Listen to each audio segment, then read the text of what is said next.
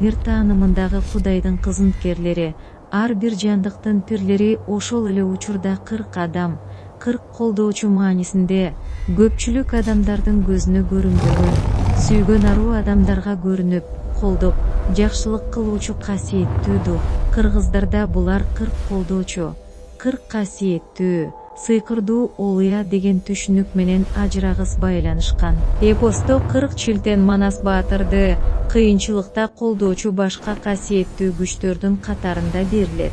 Аруу таза адамга көзүнө көрүнүп дарыйт жана жардамга келип Кудайдын буйругу менен кызмат кылат. 8 жашар Манас 40 чилтенге кезигип, алар билим берип, дарып Манасты Кудайга болгон жол илимин көрсөтөт жана адамзатты ошол ак жолго салат.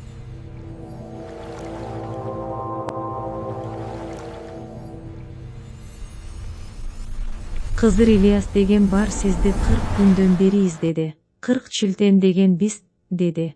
Биздер тутуп жүрөбүз бир Кудайдын буйругун, кубаттуу болор тирлигиң, Кудайдын билгин бирлигин, көрбөй туруп ынанып, көңүлдүн чыгар кирлигин.